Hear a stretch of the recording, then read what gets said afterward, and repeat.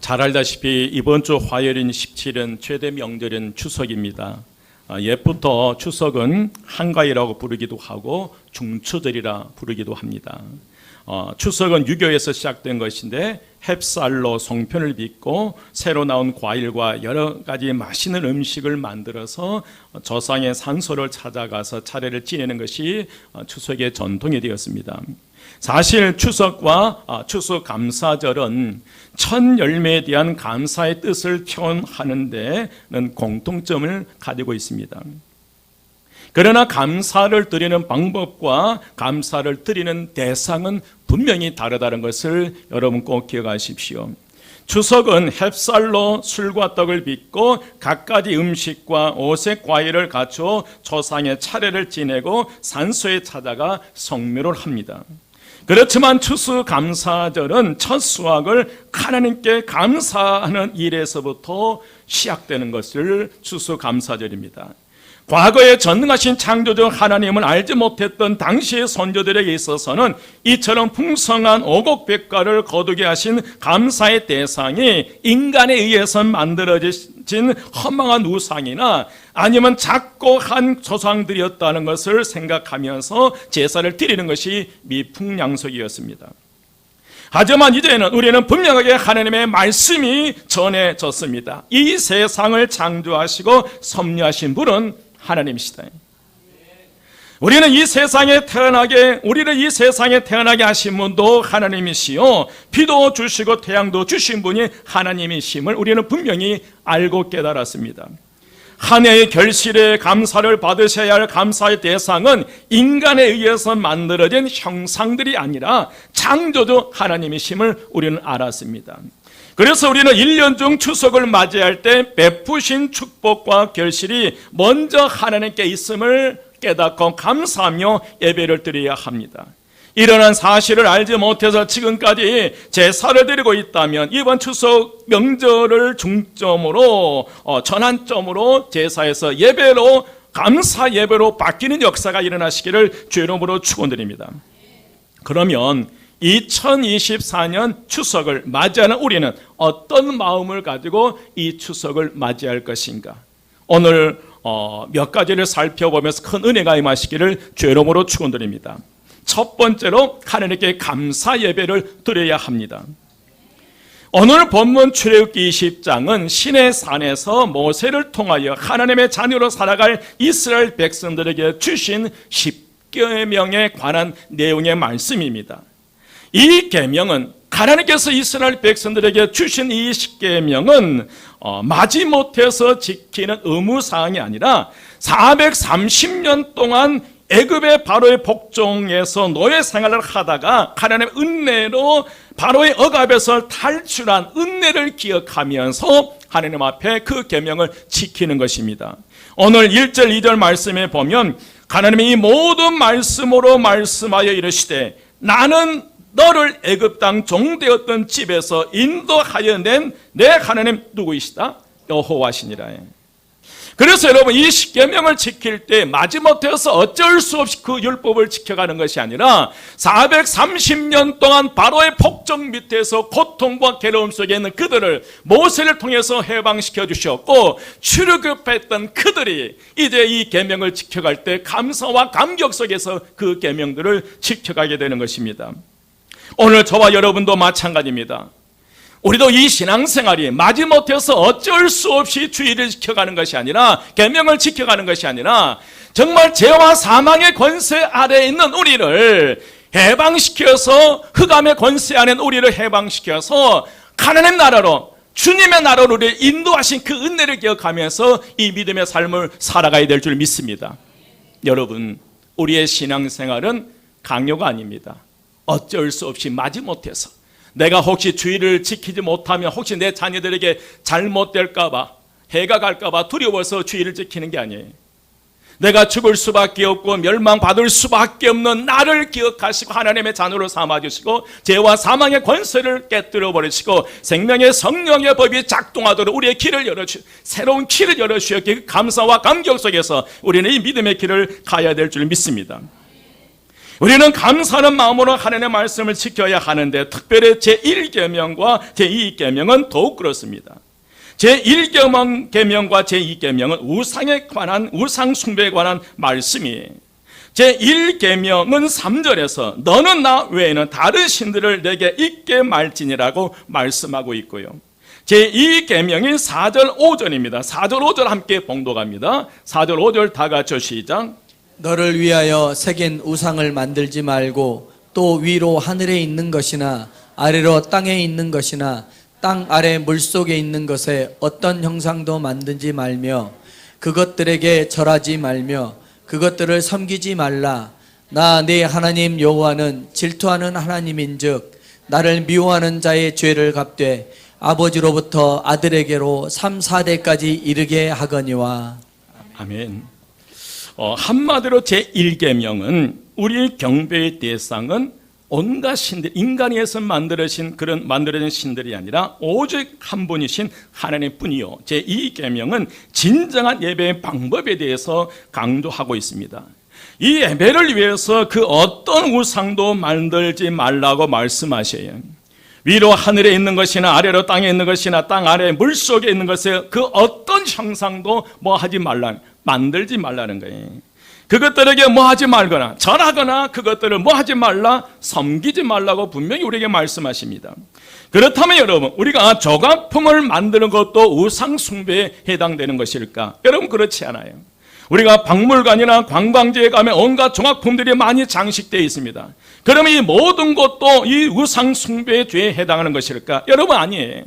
성경에 봐도 조각품들이 너무나 많이 나와요. 솔로몬이 건립한 이 거룩한 성전에 대한 기사를 보아도 여러 가지 화초나 열매나 사자 같은 그림으로 성전을 아름답게 장식하거나 또한 가장 거룩한 장소인 지성소 안에도 날개 있는 그룹을 만들어서 법궤 위에 두었고 금 촛대도 정교하게 만들어 놓았기 때문입니다. 그러면 이런 조각품과 우상의 다른 점은 무엇일까? 어떤 조각품을 만들어서 그것이 복을 주는 것으로 믿고 거기에 예배하거나 절하거나 복을 빈다면 그것이 바로 우상이 된다는 거예요. 그냥 아름다운 장식품으로 만들어 놓은 것이 아니라 인간에 의해서 만드는 그 조각품 앞에 그 조각품을 신으로 섬기고 그 조각품 우리에게 복을 주는 것처럼 생각하고 절하고 섬기기 시작하면서부터 우상 숭배가 시작되는 거예요. 과거에 당산나무 앞에서 구슬을 하거나 절을 했고요. 그것이 바로 제2계명을 어기는 죄가 되는 것입니다. 다시 말씀드리면 하나님을 대신하여 예배를 드리는 대상은 모두 우상에 속하는 거예요. 그런 의미에서 일제 때 신사참배도 우상 숭배의 죄가 되는 것이고 여러분 불상이나 인간에 의해서 만들어진 어떤 형상 앞에서 절하는 것 모두가 우상 숭배의 죄에 해당된다는 거예요.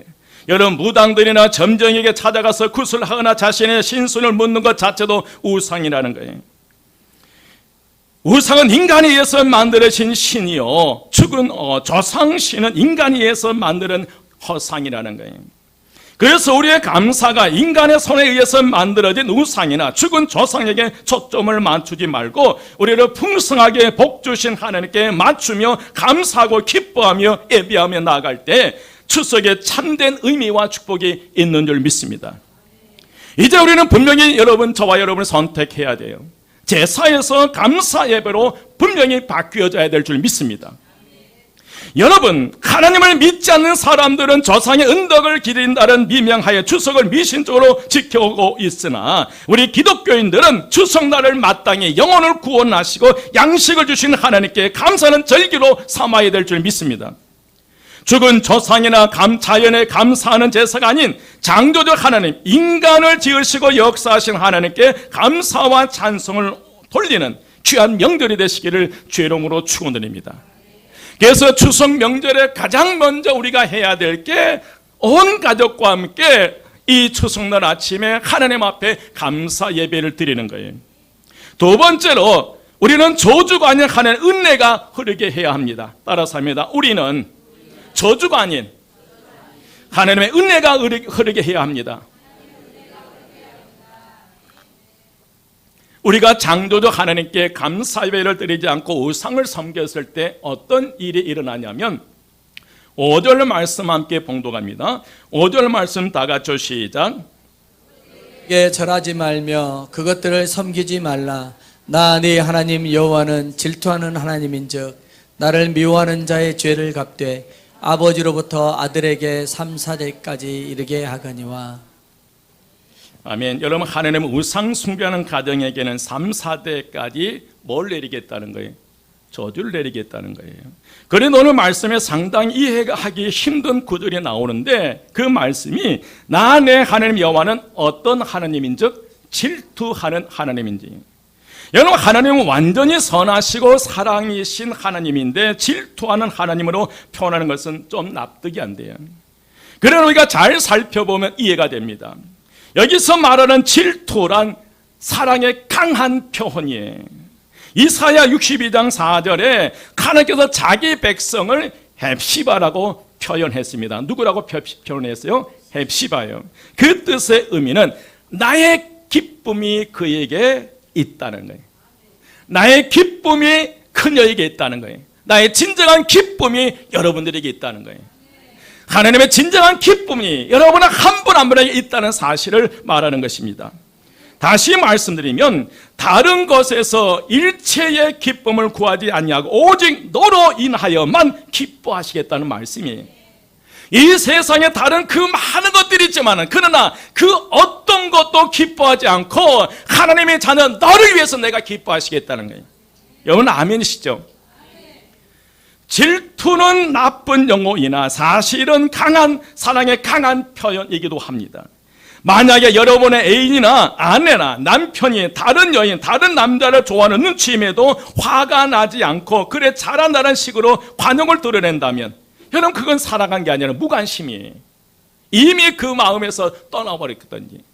사랑하는 사람들이 남편과 아내가 여인이 다른 남자, 다른 여자를 기웃거리고 바라본다면 그 가만히 있을 사람이 정말 그 사람을 사랑한다면 자네 아내를 사랑한다면 남편을 사랑한다면 연인을 사랑한다면 어찌 여러분 가만히 있을 수 있겠어요? 하나님 우리를 향해 내 기쁨이란 너 외에 전혀 없다. 너야말로 온전히 나의 기쁨이요 다른 곳에서는 나의 만족을 구하지 않겠다는 그런 말씀이 그처럼 저와 여러분을 사랑하고 계신 줄 믿습니다. 옆에 분에게 하나님 당신을 사랑합니다. 전라도 사투리로 당신밖에 없다가요. 여러분 하나님은 당신밖에 없다는 거예요. 지금 이 순간도 하나님은 여러분을 본 것이 아니라 저를 보고 계십니다. 여러분은 한 분 한 분을 보고 계세요. 그럼에도 그 사랑을 외면하고 하나님이 만드신 피조물인 돌이나 나무, 달이나 별, 이제 죽어 썩어 없어진 시체가 묻힌 무덤에 가서 음식을 차려놓고 절을 하면서 올해도 풍년을 주셔서 감사합니다. 내년에도 복을 주시옵소서라고 한다면 하나님 보실 때 어떨 거예요? 여러분 파묘를 해보셨잖아요. 파묘를 해보면 어떤 미라로 그 상태의 그 시체가 그대로 있기도 하지만은 여러분 흙밖에 없어요. 그 죽은 시체가 들어간 그 무덤 앞에 안에서 그 무엇을 어떻게 우리에게 복을 줄 수 있겠어요? 여러분 그것은 하나님에 대한 치명적인 모독이요 영적인 간음 행위라고 말씀합니다. 하나님께서는 그런 이들은 하나님을 미워하는 자로 인정하셔서 벌을 내리겠다는 거예요. 그게 5절 말씀, 5절 하반절이에요. 나를 미워하는 자의 죄를 갚되 아버지로부터 아들에게로 몇 대까지? 3, 4대까지 이르게 하셨다라고 말씀하시에요. 그러므로 여러분 마음은 그렇지 않은데 마지못해서 형식적으로 하거나 장난스럽게 하는 것이라도 하나님은 우상 숭배하는 것으로 인정하시겠다는 거예요. 여러분 장난삼아 재미삼아서라도 여러분의 인생을 우상들에게 맡기지 마십시오. 저와 여러분의 인생을, 여러분 자녀들의 인생을 귀신들에게 맡기지 마시고요. 온 우주 만물을 창조하신 하나님 앞에 남아 기도할 때 놀라운 역사가 일어나리라 믿습니다. 그러면 우리는 장난삼아서라도 우상 숭배의 죄를 범해서는 안 됩니다. 그것은 자신에게 벌이 임하는 것뿐만 아니라 3대 4대 후손까지 그 벌이 내려간다는 거예요. 여러분 우리는 축복의 통로자고 복의 통로자예요. 여러분 자녀들에게 축복의 문을 열어가시기를 주의 이름으로 축원드립니다. 여러분의 자녀들에게 죄가 3대 4대 흘러가게 해서는 그러고 싶은 부모가 어디 있겠습니까? 어떤 여대생이 목사님으로부터 가문에 흐르는 저주를 끊어야 산다는 제목의 설교를 듣고 그 목사님에게 이런 편지를 보냈어요. 목사님, 우리 가문에는 색기와 음란이 흐르고 있음을 알았습니다. 증조 할아버지께서는 첩이 있었습니다. 그런데 할아버지도 나이가 많아 늦음하게 여자를 아셨습니다. 작은 아버지도 밖에서 난 딸을 데려다가 지금같이 기르고 있습니다. 그런데 더 두려운 것은 내게도 그런 음란이 흐르고 있음을 알았습니다. 하나님이 슬퍼하시는 것을 알았기에 더 열심히 신앙생활을 하려고 애를 쓰지만 음란은 내 몸을 점령하고 있습니다. 그래서 신앙생활을 하는 것이 가식으로 느껴지고 있습니다. 철저히 하나님께 돌아설 수 있도록 목사님 기도해 주세요. 여러분의 가정에는 어떤 일이 있습니까? 여러분 어느 가정에는 음란이 흐르고 있고요. 어느 가문에는 병이 유전된 질병이 흐르고 있고요. 어느 가문은 혈기가 흐르고 있고요. 어느 가문은 정신분열증이 흐르고 있고 어느 가문은 거짓이 흐르고 있고 어느 가문은 단명이 흐르고 있고요. 어느 가문은 사고가 흐르고 있고요. 어느 가문은 가난이 흐르고 있는 그런 가문들이 있어요. 여러분 가문에 유전되어 흐르는 저주와 질병은 정말 무서운 것입니다. 여러분 병원 가서도 물어보잖아요. 혹시 가족 중에 이 병을 앓고 있는 분 없어요? 가족 그 내력을 물어보는 거예요. 이제 우리는 분명히 선택을 해야 합니다. 우리가 어떤 선택을 하느냐에 따라 우리 자신과 우리 자녀들의 우리 가정의 미래를 결정하는 거예요. 여러분 이번 추석에 결정하십시오. 미루지 말고요. 온 가족이 하나님 앞에 예배를 드리며 상황이 안 되면 단 혼자라도 골방에 들어가서 예배를 드리시고 하늘 문을 열어가십시오. 축복의 문을 열어가시기를 주의 이름으로 축원드립니다. 왜냐하면 신명기 30장 19절 20절 말씀에서 하나님께서 내가 오늘 하늘과 땅을 불러 너희에게 증거를 삼노라. 내가 생명과 사망과 복과 저주를 내 앞에 두었은즉 너와 내 자손이 살기 위하여 생명을 택하고 내 하나님 여호와를 사랑하고 그 말씀을 청종하며 또 그를 의지하래. 하나님께서 오늘 저와 여러분에게 생명과 사망과 복과 저주의 길을 열어놨다는 거예요. 너희가 너와 내 자녀들이 살기 위해서는 생명과 복을 택하라는 거예요. 여러분 나 혼자만 교회 다니는 것으로 끝나서는 안 돼요. 여러분 저와 여러분에게 생명과 화가 저주와 생명의 길이 있다는 거예요. 생명과 복의 길을 열어가시기를 주의 이름으로 축원드립니다. 하나님께서 우리 앞길에 생명과 사망, 복과 저주를 내 앞에 두었은즉 너와 내 자손이 살기 위하여 생명을 택하고 하나님을 사랑하고 그 말씀을 정정하며 그를 의지하라는 거예요. 여러분 나만 교회 다닌 것으로 만족하지 마십시오. 여러분 저와 여러분에게 분명한 사명이 있어요. 우리 사랑하는 자녀들의 길을 축복의 길을 열어 가야 된다는, 힘들고 어렵더라도 여러분 포기하지 마십시오. 여러분 이번 추석에도 온 가족이 온 우주 만물을 창조하시고 우리를 질투하실 정도로 사랑하신 하나님께 감사 예배를 드리시기를 주의 이름으로 축원드립니다. 또한 여러분 추석 명절 아침에 예배 드리는 가운데 정죄하는 자리, 지적하는 자리가 되어서는 안 돼요. 여러분 예배 자리가 축복의 자리가 되어야 되고 희망과 소망의 자리가 되어야 될 줄 믿습니다. 이 추석 전까지 살아오면서 힘든 사람이 있다면 절망 가운데 슬픔 가운데 좌절하고 있는 아이들이 이 예배를 통해서 다시 소망을 갖고 희망을 가져야 될 줄 믿습니다. 여러분 이번에 예배의 자리 꼭 들으십시오. 그 예배의 자리를 만드시고 그 예배의 자리가 다시 소생함의 자리가 되시기를 주의 이름으로 축원드립니다. 6절 말씀 함께 합독합니다. 6절 말씀 다 같이 시작. 나를 사랑하고 내 계명을 지키는 자에게는 천대까지 은혜를 베푸느니라. 아멘. 우리가 새긴 우상을 만들지 말고 하늘에 있는 것이나 아래로 땅에 있는 것이나 땅 아래 물속에 있는 것의 어떤 현상도 만들지 않고 그것들에게 절하지 않고 그것들을 섬기지 않고 오직 하나님께만 경배하고 섬기는 자에게 복을 주시되 몇 대까지요? 1000대까지요. 오늘 약속의 말씀이 저와 여러분에게 이루어지시기를 주 이름으로 축원드립니다. 3대 4대까지 죄로 인하여 저주가 흐르지 않고 죄악과 재앙이 흐르는 가정이 아니라 하늘과 사랑과 복이 흐르는 천대까지 흐르는 믿음의 가정들을 세워가시기를 주 이름으로 축원드립니다. 마지막 세 번째로 우리는 복의 통로자에게 하나님께 감사 예배를 드려야 합니다. 한번 따라서입니다. 나는 복의 통로자다. 다시 한번, 좀 부끄러우면 눈 감으시고요. 당당하게 하셔야 돼. 나는 복의 통로자다. 나는 복의 통로자다. 나는 복의 통로자다. 나는 복의 통로자다. 나는 복의 통로자다. 나는 복의 통로자다. 나는 내 사랑하는 자녀들에게 복의 통로자다. 내 사랑하는 자녀들에게 복의 통로자다. 나를 통해서 은혜와 축복이 하나도 막히지 않고 내려가시기를 기도합니다. 여러분, 죽은 조상이 결코 우리에게 복을 줄 수 없다는 거예요. 진정한 복의 근원은 오직 하나님 한 분뿐이십니다. 그러기에 이제는 제사에서 예배로 바꿔줘야 된다는 거예요. 죽은 조상이 우리의 복을 주시는 분이 아니에요. 죽은 돼지머리가 우리에게 복을 주는 게 아니에요. 그런데 어리석게도 개업시키는 보면 돼지머리 앞에 그 만원짜리 입에다 꽂고 절을 하는데, 여러분, 죽은 돼지머리가 뭘 어떻게 하겠다는 거예요. 돼지머리도 괴로워서 그냥 어이없어서 웃어버린 것 같아요. 여러분, 고목나무 앞에 피는데 줄 곳이 없게 속이 타서 고목나무 속이 피었다는 거예요. 인간에 의해서 만들어진 그 어떤 형상이라도 복을 줄 수는 없습니다. 우리 하나님은 풍성함과 은혜가 충만하여 복의 근원이 되시는 분입니다. 그러므로 하나님과 연합하는 사람은 복의 통로가 된다는 거예요. 하나님께서 오늘 저와 여러분을 복의 통로로 부르셨어요.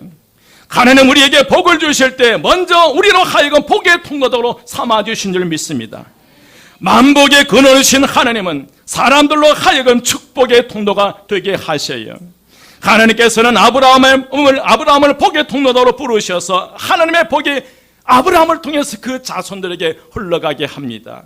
창세기 12장 1절에 3절 말씀이, 여호와께서 아브라함에게 이르시되 너는 너의 고향과 친척과 아버지 집을 떠나 내가 내게 보여줄 땅으로 가라. 내가 너로 큰 민족을 이루고 내게 복을 주어 내 이름을 장대하게 하리니 너는 복이 될지라. 너를 축복하는 자에게는 내가 복을 내리고 너를 저주하는 자에게는 내가 저주하리니 땅의 모든 족속이 너로 말미암아 복을 얻을 것이라. 하나님께서 요셉을 복의 통로로 부르셔서 하나님의 복을 주변 사람들에게 흘러내려버려요. 여러분, 아브라함을 통해서 은혜와 축복이 그 자손들에게 흘러내려가게 하지만 또 요셉을 통해서 그 주변 사람들에게 은혜와 축복이 흘러내려가게 하는 거예요. 창세기 39장 2절 3절 말씀이에요. 여호와께서 요셉과 함께 하심으로 그가 형통한 자가 되어 그 주인 애굽 사람의 집에 있으니 그의 주인이 여호와께서 그와 함께 하심을 보며 또 여호와께서 그의 범사에 형통하게 하심을 보았더라. 애굽의 친위대장 보디발이 요셉을 가정 총무로 삼고 모든 소유를 주관하는 그때부터 하나님께서 이 보디발의 집에 밭에 하나님의 복이 흘러내려가게 했다는 거예요. 창세기 39장 5절 말씀 보면 여러분 잘 들으십시오. 그가 요셉에게 자기의 집과 그의 모든 소유를 주관하게 한 때부터 여호와께서 요셉을 위하여 그 애굽 사람의 집에 복을 내리심으로 여호와의 복이 그 집과 밭에 있는 모든 소유에 미친지라. 아브라함을 통해서 모든 은혜와 축복이 자손들에게 흘러내려가지만 그러나 요셉을 통해서 그 하나님 믿는 그리고 하나님으로부터 형통함을 받는 이 요셉 때문에 그 주변에 은혜와 축복이 흘러내려간 거예요. 여러분, 요셉 잘 알잖아요. 어느 날 갑자기 형들에 의해서 노예로 팔려가 버린 거예요. 아버지 야곱은 그 요셉의 죽은 줄 알고 찾지도 못했어요. 찾지도 않았어요. 형들도 그 요셉을 잃었어요. 여러분, 부모의 끈이 끊어지고 형제의 끈이 끊어진다 할지라도 하나님 끈을 붙잡으십시오. 아버지로부터 잊혀지고 형들로부터 팔려 억울함을 당했던 이 요셉, 그러나 하나님이 함께 하셨고 그에게 형통하게 함으로 말미암아 요셉이 가는 곳마다 그 집과 밭에 형통의 복을 주신 거예요. 여러분, 그분들이 저와 여러분이에요. 그분들 그 요셉처럼 복의 통로자로 저와 여러분을 부르신 줄 믿습니다. 여러분을 통해서 은혜와 축복이 자손들에게 내려갈 뿐만 아니라 여러분이 살고 있는 그 삶의 공간, 터전, 그 직장, 여러분이 사는 그 주변 사람들이 은혜와 축복을 받으셔야 된다는 거예요. 한번 따라서 합니다. 하나님, 나는 복의 통로자입니다. 나를 만나는 모든 사람들이 나로 인해서 하나님의 복을 받게 하옵소서. 사랑의 하나님, 복의 통로자의 나를 만난 내 사랑하는 자녀들이 무슨 일을 하든지 어떤 일을 하든지 형통하게 하옵소서. 여러분, 왜 이게 가능해요? 우리는 복의 통로자이니까요.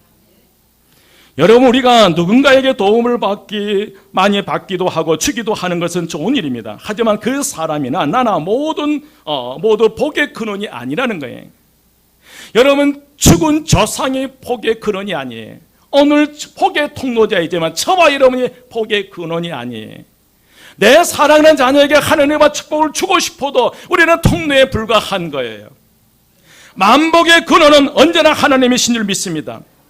하나님의 복은 사람들을 통해서 오는 것이지 사람들이 복을 주는 주체가 아니라는 거예요. 내게 복을 주시는 분은 언제나 하나님이십니다. 따라서 우리는 복의 통로자를 섬기지 않아요. 우리는 언제나 복의 근원 되시면 또한 우리에게 은혜와 축복을 주신 하나님을 찬양한 줄 믿습니다.